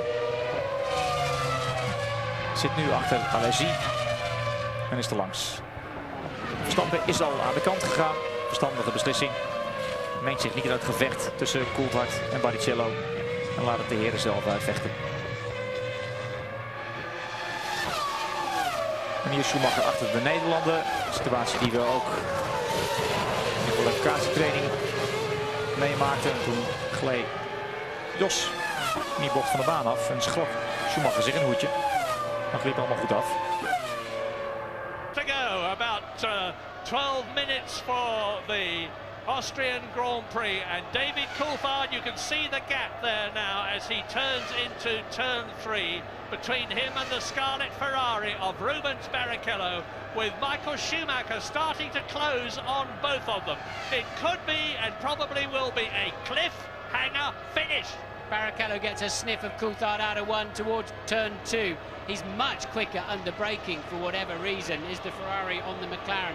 But Coulthard having a nightmare afternoon in traffic, always losing out, excepting when it really mattered. Remember, those stunning 1:10.8, 1:10.9 laps he put in to launch himself ahead of Barrichello. And on Barrichello's lap, as Coulthard made his pit stop, Barrichello had 2 or 3 cars to pass, and it gave Coulthard this comfort zone. But the rest of the afternoon, he's always seemed to lose out, just catching the traffic at the wrong time. But when they're in clear air, he's still got a fraction of a second advantage over Rubens. And Michael Schumacher just now 2.2 seconds down the road. Yeah, I've said this so many times before, but I'll say it again. Catching is one thing, passing another. And Rubens Barrichello is only just inching up on the McLaren. And David Coulthard, who's a very wily campaigner, he's driven in a heck of a lot of Grand Prix in his time. and he can make that car in his 113th Grand Prix with all his experience and determination, knowing that if he can finish first, he's going to have 4 more World Championship points than finishing second. Can make that car very wide and make it very difficult for Barrichello to pass him, in which case Barrichello could then have Michael Schumacher in his wheel track. So it's Ferrari second, Ferrari third, McLaren leading. Magnificent drive. Poor Mika Häkkinen must be sitting in the garage now, looking gloomily at the monitor and thinking that could have been me. But he has had his day. World champion in 1998, world champion in 1999, and David Coulthard has deferred to him not only in the championship but in the races many times in the past. He richly deserves to do well, and my goodness, isn't he doing well? 7th on the grid, first in the race. That's what I mean about turn 2. Look how late Barrichello is on the brake. I wouldn't really want to swap places with Coulthard right now. This is massive, massive pressure. The whole of the corporate world of McLaren and Mercedes-Benz and a couple of $100 million worth of annual budget sitting on his shoulders. He's got to drive it on the ragged edge. One slip and he'll look silly. If he cruises too much, he's going to be eaten alive by the 2 prancing horses that are menacingly galloping along behind him. Can Coulthard keep his head under pressure? He has done before. Can he continue to do it for the final 8 laps of this race? And then will Ferrari, if Barrichello can't have a go at Coulthard, will Ferrari make him yield and give an extra 2 points to Michael Schumacher? P2 to Barrichello, and that is his board now. But let us not forget Michael Schumacher. 3rd position, and on the previous lap he was half a second faster than either David Coulthard or Rubens Barrichello. He still is inching up. The gap between himself and David Coulthard is 1.5 seconds on lap 64 out of 71 on this very slippery track. Out of the race goes Jenson Button in the Benetton. Up come the fire marshals with flames licking out of the exhaust outlets. They need to get the fire extinguisher on that very rapidly indeed before it takes hold, although it may be just an oil fire. I heard barbecue sales have been very strong in the UK over this lovely sunny weekend, and Jenson decided to join in with you. From 12th position, only 11 left now. Heidfeld is left, he's 11th, he's been lapped twice. 30 is 10th in the Prost, he has been lapped twice. Alesi is 9th, both the Prosts are still running, he's been lapped twice. Jacques Villeneuve is 8th and has been lapped. Irvine is 7th and has been lapped. Jos Verstappen is 6th and has been lapped. Only 5 cars are on the same lap, which is lap 64, and 3 of them are virtually together. This is the replay of the engine locking up and spinning Jenson Button out of the race, engulfed in flames at the back. They die down pretty quickly. He's out of the car, he's okay. Engine seized, there may be some oil, and that is Luciano Berti then spinning himself out in turn 1. That is not where Button went off. I'm wondering if there's any oil where Button went off. To let Heidfeld through, and they were on the same lap. So the Saubers are now 10th position for Nick Heidfeld and 4th position for the magnificent Kimi Räikkönen, as Michael Schumacher is now bearing down Joe Ramirez on the left. The veteran man at McLaren is one of the top people in Formula One, absolutely enthralled with how his man is doing. His man being David Coulthard, lap 65, and the Scot from Twynham with the Salter proudly on his helmet. I cannot find the words to say what a superb job David has done and is doing to resist the pressure now. But now we're getting to the crunch point. Is Rubens Barrichello going to move over and let Michael Schumacher take up the attack? Because Schumacher is lapping faster than Rubens Barrichello, only a 1/10 of a second or so, but every 10th counts. Turn 1, Coulthard, turn 1, Barrichello, turn 1. That's how close it is. Michael Schumacher. Isn't it amazing? 3 different drivers, 2 teams, a totally different philosophy, different engines. The whole ethos of Formula One is you must create your own car, and that's why they're so different despite very tight regulations. And yet still 66 laps into the race, we've got 2.8 seconds between the three cars. They are so close, so evenly matched. Yeah, and how McLaren have closed up on Ferrari. James Allen. Ferrari technical director Ross Brawn sitting on the pit wall. He has a button for each radio either side of his belt. He pushes the button, he speaks to both drivers. He's been talking to both of them constantly, but Barrichello must be dreading the push on his button, which is going to tell him to move over out of the way. They've done it before here. They did it with Irvine 2 years ago, as I recall, just to get an extra couple of points for Michael Schumacher. There can be no doubt they're going to do it today. Not half as much as Button and his button, because he was out of that car like a jackrabbit when he saw that the back of it had caught fire. Rightly so. Luciano Berti is being caught to be lapped by Raikkonen.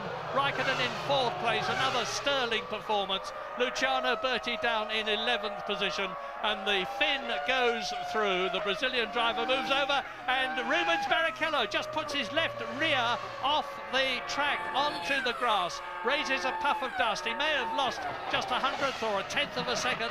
That will help Michael Schumacher. There he is, turn 2, 40 miles an hour. Down goes his foot. On comes the traction control, limiting the revs that get through to the rear wheel as much as is necessary. And look how close it is now between 2nd and 3rd. 2 Ferraris together. I say again, 10 World Championship points for the Ferrari team, 10 World Championship points for the McLaren team if they stay where they are. This is lap 67, 68, 69, 70 and 71 to go. Very little time left. I think David Coulthard can do it. Just a couple of tenths on this lap. Obviously had a bit of a difficult corner somewhere in the middle sector of what is a very short lap, of course. So Coulthard 1.6 second lead last time around. It's clearly significantly less this time, down to 1.1. So Coulthard having a bit of a scruffy lap, a very poor final sector. And Coulthard once again, Murray, back under pressure.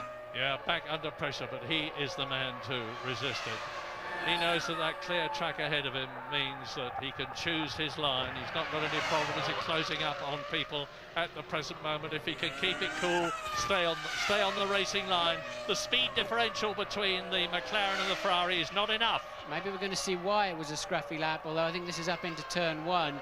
And it was in the middle sector he lost it, but I think it's just one of those slow-mo replay jobbies they like to give us to just check we're on our toes, Murray. But Coulthard again then slower in the first sector of this lap. We'll be getting the second sector up on our computers anytime soon.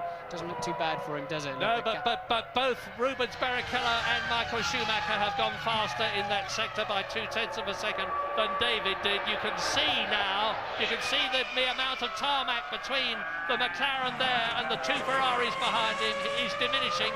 But that's another lap that David has completed, another lap that he has not got to do. He's on lap 69 now. He's only got this one and the 2 others after it to complete the lap.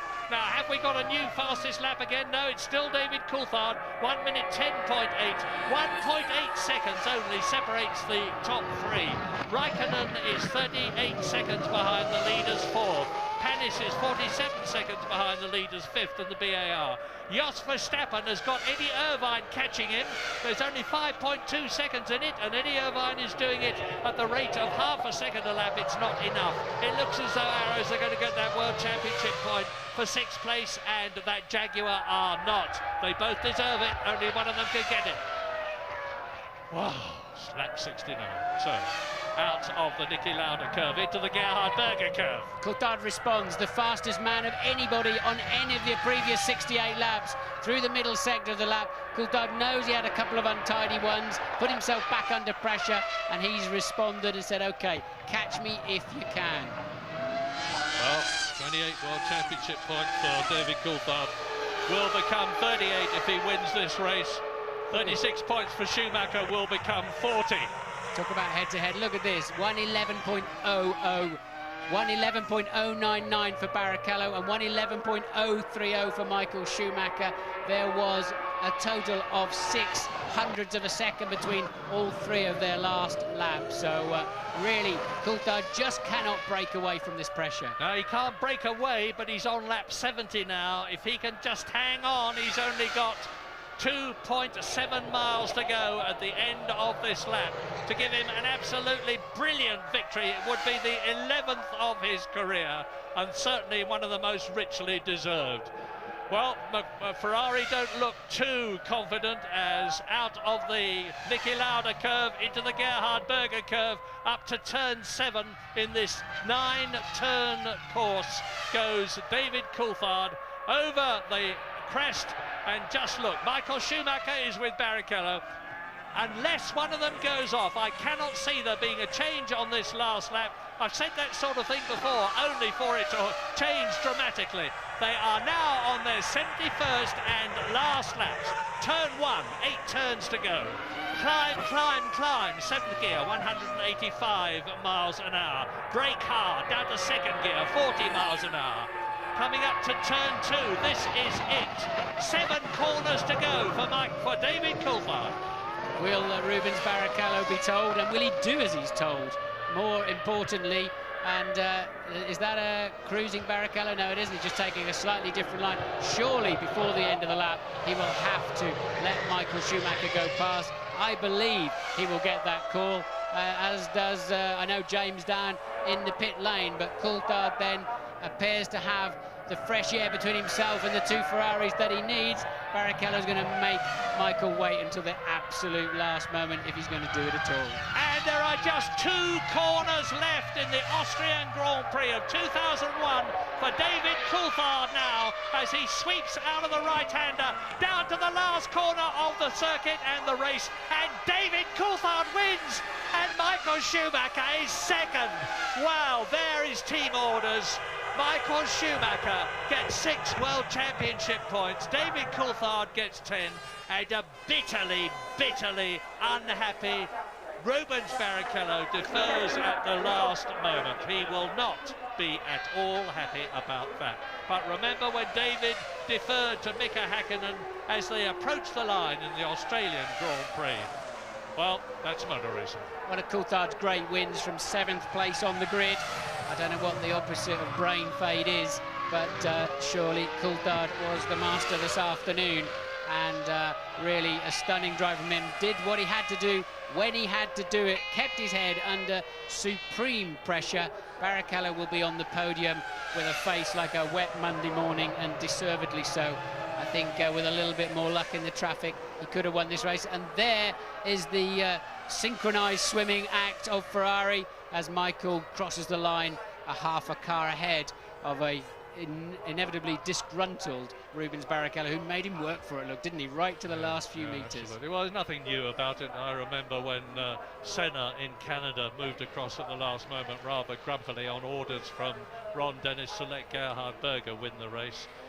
And this is a team sport, I keep reminding people, and the team knows that Michael Schumacher has got a better chance of winning the World Championship for drivers than Rubens Barrichello has, because Michael Schumacher had 36 points when this race began. Rubens Barrichello was 22 behind him, and James Allen is in the pits. Martin Brundle just described that little switch as synchronised swimming. It had to be done though, Ross.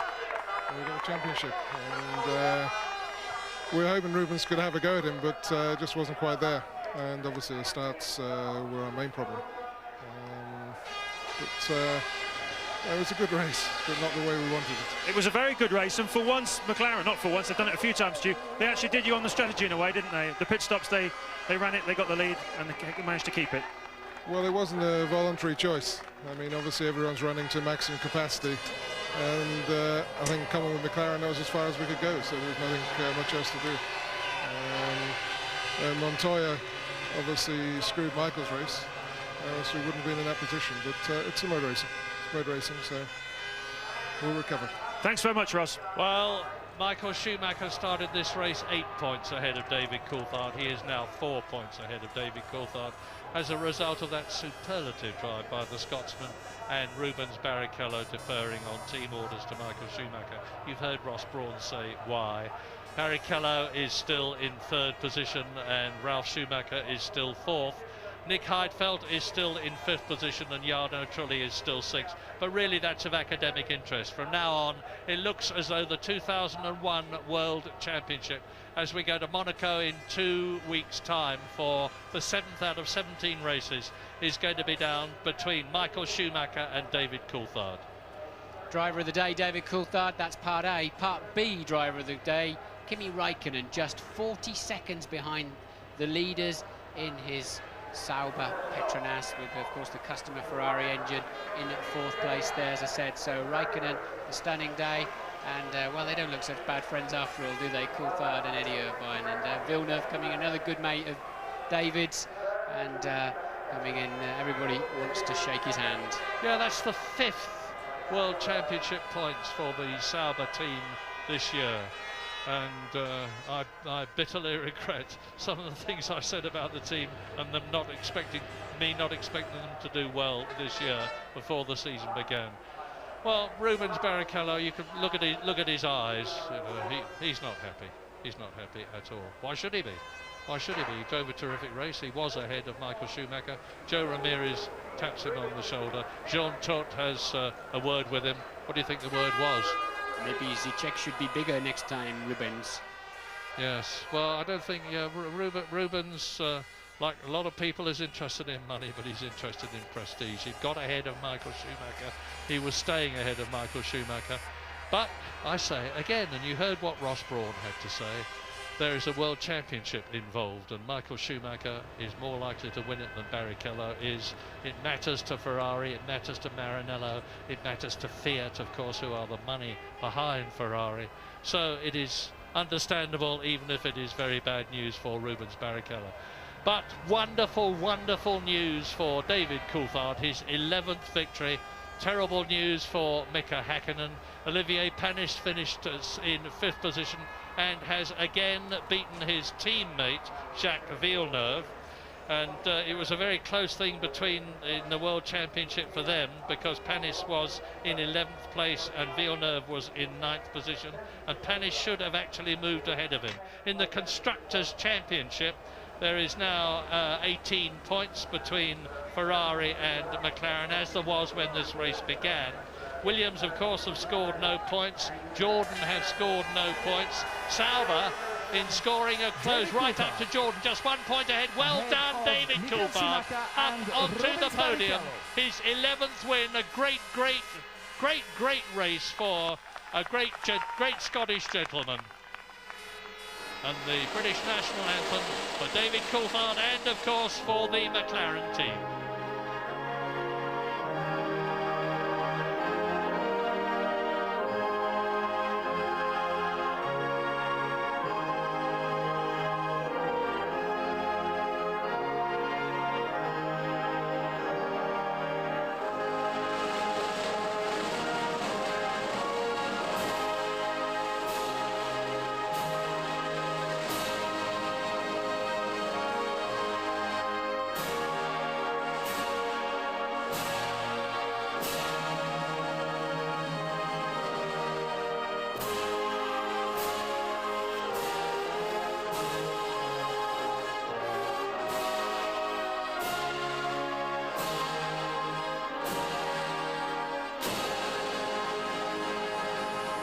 Now the end of a great race, which was won by a Mercedes-Benz engine, and a very serious word here. The Mercedes-Benz engine is made by the Ilmor concern in Britain at Brixworth, and sadly Paul Morgan, the MOR part of Ilmor, with his partner Mario Ilian, was killed in an air crash yesterday, and Formula One grieves for him, and our hearts go out to everybody who knew and was involved with Paul and his family. Just to clarify something you said, Murray, he was not with Mario yesterday when he was killed. Mario has flown back to the UK, but sadly, as you say, Paul Morgan died. Michael Schumacher then 2nd place. And Rubens Barrichello in 3rd position. He has the trophy to take home. Another 4 World Championship points for the Brazilian. But it was David Coulthard's day, it was McLaren's day, it was certainly not Mika Häkkinen's day. The champagne is a bit moody, frankly. But victory for David Coulthard ahead of Michael Schumacher and Rubens Barrichello at the end of a really inspiring Austrian Grand Prix. And of course, David Coulthard abstaining from that procedure in respect for Paul Morgan. So in 2 weeks' time, it is the Monaco Grand Prix. But here in Austria, you can see the triumphant trio there on the podium. Many thanks to Martin. He was certainly due. David Coulthard, a winner in Austria at last. His brain in gear throughout a superb race. We'll hear from David in a few minutes' time, from Michael Schumacher and from Rubens Barrichello too. Absolutely delighted. Alexander Wurz is going to join us in the studio. There's our competition result, and Ross Kemp as the Jordan mechanic. 1 uur 27 minuten en een beetje had hij ervoor nodig. Tweede zege dit seizoen voor Coulthard. Coulthard die in 6 races tot nu toe punten heeft gescoord, in alle 6 dus. En Adrian Newey die eventjes een klein beetje voor spion speelt en een blik werpt op de Ferrari van Michael Schumacher. Hij is de ontwerper van de McLaren MP416 waar David Coulthard mee rijdt. Komt te wachten dus op de persconferentie. Hier nog een keertje de uitslag voor u op kaart. Geen Michelin-rijders in de punten. Eddie Irvine was de beste op de 7e plaats. Coulthard voor Schumacher, Barrichello, Räikkönen met zijn beste prestatie tot nu toe in de Formule 1. Panis toch weer 2 puntjes. Jos Verstappen zijn eerste punt van dit seizoen. Irvine net buiten de punten. Maar toch ook een mooi resultaat voor Eddie Irvine. Zijn beste prestatie dit seizoen. Villeneuve kan niet altijd feest zijn. 2 weken geleden derde, nu 8e. De man die als enige op de tweede kaart staat in zijn eentje is Luciano Burti. Hij werd dus 11e. Hij rijdt tegenwoordig voor het team van Prost.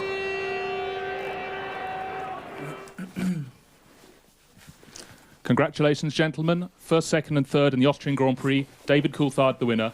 Michael Schumacher in second. And Rubens Barrichello in third place.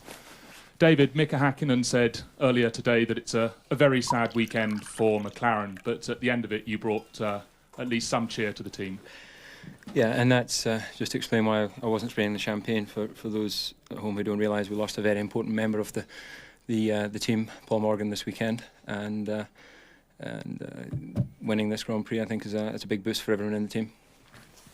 Now, looking at the way the race ran, you ran an incredibly long first stint, longer than anyone else, and then you emerged in the lead.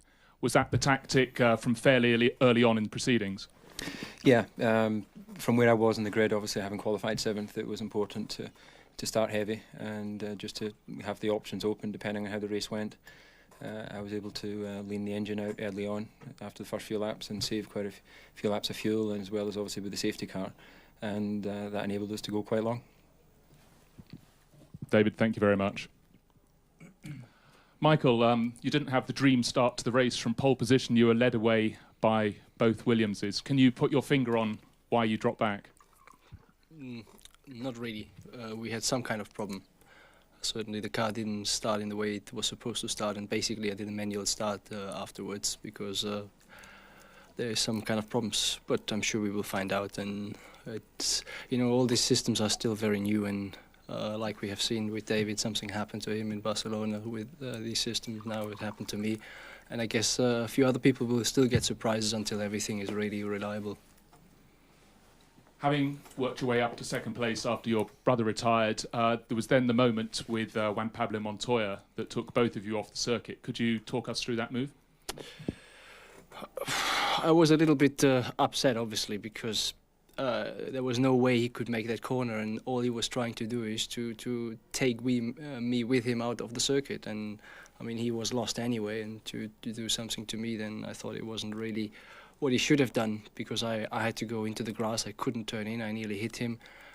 So it wasn't ideal, but that's the way it had gone, and I'm sure I will have a word with him. But that meant that I was, I think, in 6th or 7th position, and I had to work my way through the traffic, which wasn't easy because the Michelin drivers had problems with their tires. So it would have been normally sooner or later I would have passed Juan Pablo, but the other guys were on Bridgestones, and that was much more difficult. I had to wait until they did a few mistakes, and then I took my chance to Panis and to Räikkönen, which both behaved very accurate, and that allowed me to come back into the race and pick up to the 2 guys in front. Michael, thank you very much. Rubens, you were second until the last corner, and then you pulled over to let Michael through. Why was that? The team has asked me to do that. You're very unhappy about that? No, I'm unhappy about the situation. I was winning almost the whole Grand Prix, and then of course David went longer, and I lost the race basically like that. That's why I'm feeling unhappy. Thank you, Rubens. David, back to you. The deficit was 8 points to Michael before the start of the race. Now it's halved to 4 points going to Monaco. What do you think about the rest of the season? Excuse me. Well, I think, as you can see, the Grand Prix are going to be very close, not only between ourselves and Ferrari, but Williams as well. So it really is going to come down to who gets their car and the tyre working well in Monaco. But it's a circuit I enjoy. I've gone well there in the past, so you know, there's everything to play for.